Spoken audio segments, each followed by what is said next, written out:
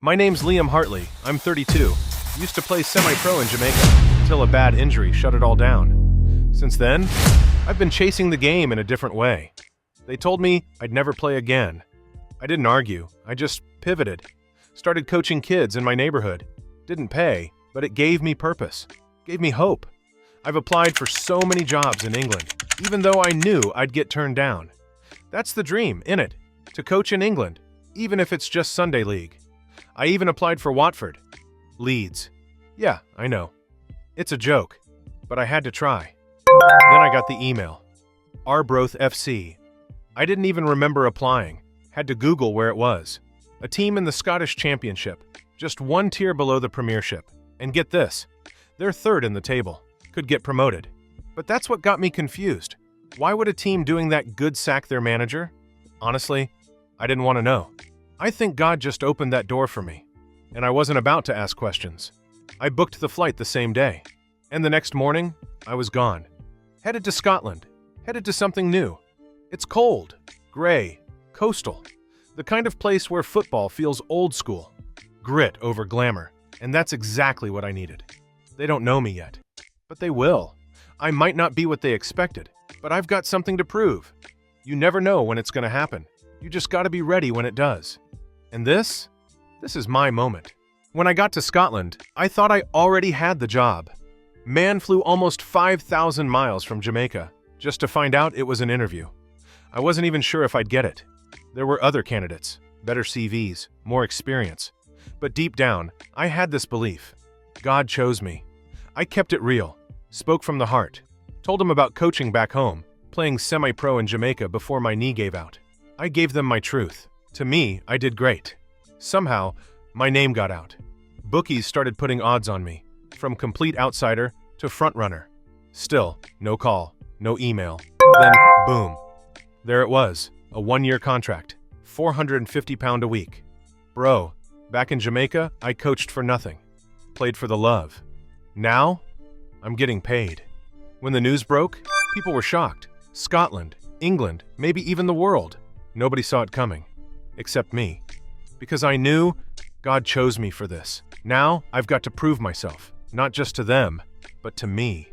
After I was unveiled to the fans, I got handed a little welcome pack. A quick history lesson about the club. Founded in 1878. Gayfield Park, our home. Built in 1880. Standing strong with a capacity of 6,600. You can feel the history in the walls, man. Looking deeper. This season hasn't been easy for Arbroath. Already knocked out of 3 cups. Viaplay Cup in the second round, Scottish Cup in the third, and the SPFL Trust Trophy also in the third round. Now I understand why they fired the last manager. Board's clear about what they want next season. They want playoffs. But deep down, something in me said, I can do it this season.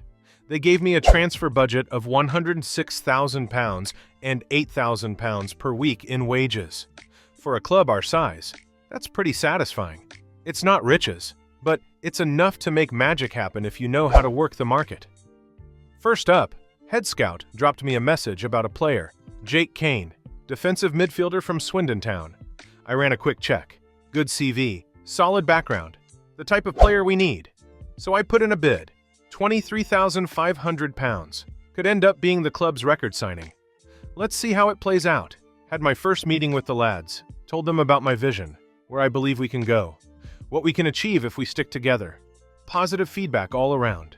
You could feel the energy shift, man. They're hungry.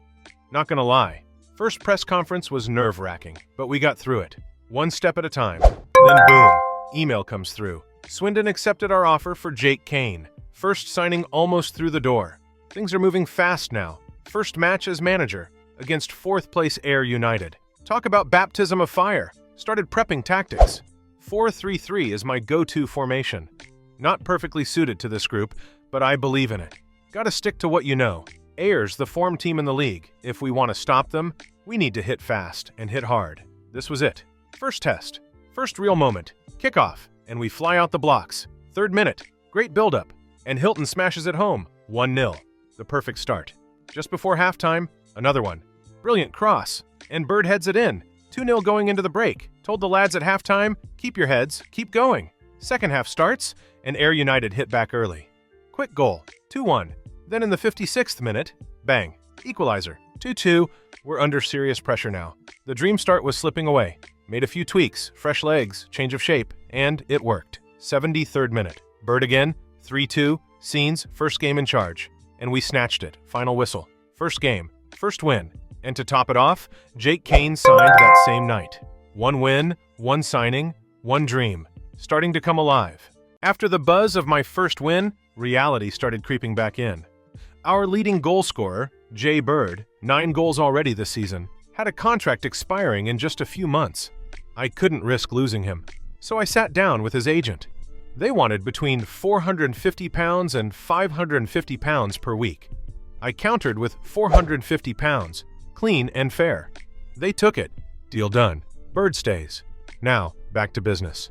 Our next game? Against Greenock Morton. A win here could take us up to second in the table, maybe even leapfrog Queen's Park. The pressure's real now. Jake Cain, my new signing, he's ready. I don't start him, but I put him on the bench. I stick with my usual 4-3-3, but I know the margins are thin. The message to the boys is simple. We're in a competitive playoff race here, and we have to win today to stay in contention. Kickoff. But from the get-go, the lads were too passive, too reactive, so I made a small tweak. Told them to play more expressive, more forward-thinking.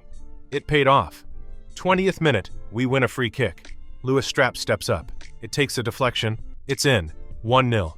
27th minute, we win a penalty. McKenna steps up, calm as ever. Bang. 2-0 at halftime. In the dressing room, I told them straight. You might be winning, but that can change in a heartbeat. Don't let your level drop. Not today. Second half, we looked better. Solid shape, better composure. Yeah, we conceded a late goal in the 83rd minute, but we held on. Final score, 2-1. Another 3 points. Things were looking up. Then came Airdrieonians. Nothing went right. 3-1 loss. And to make matters worse, it happened. Jake Cain, our new midfield hope, snapped his leg on debut. Physio's report, 7 to 8 months out. My heart dropped, not just as a manager, but for the lad. He never got a chance to show what he could do. Football gives, and it takes away. But we keep going. We adjust.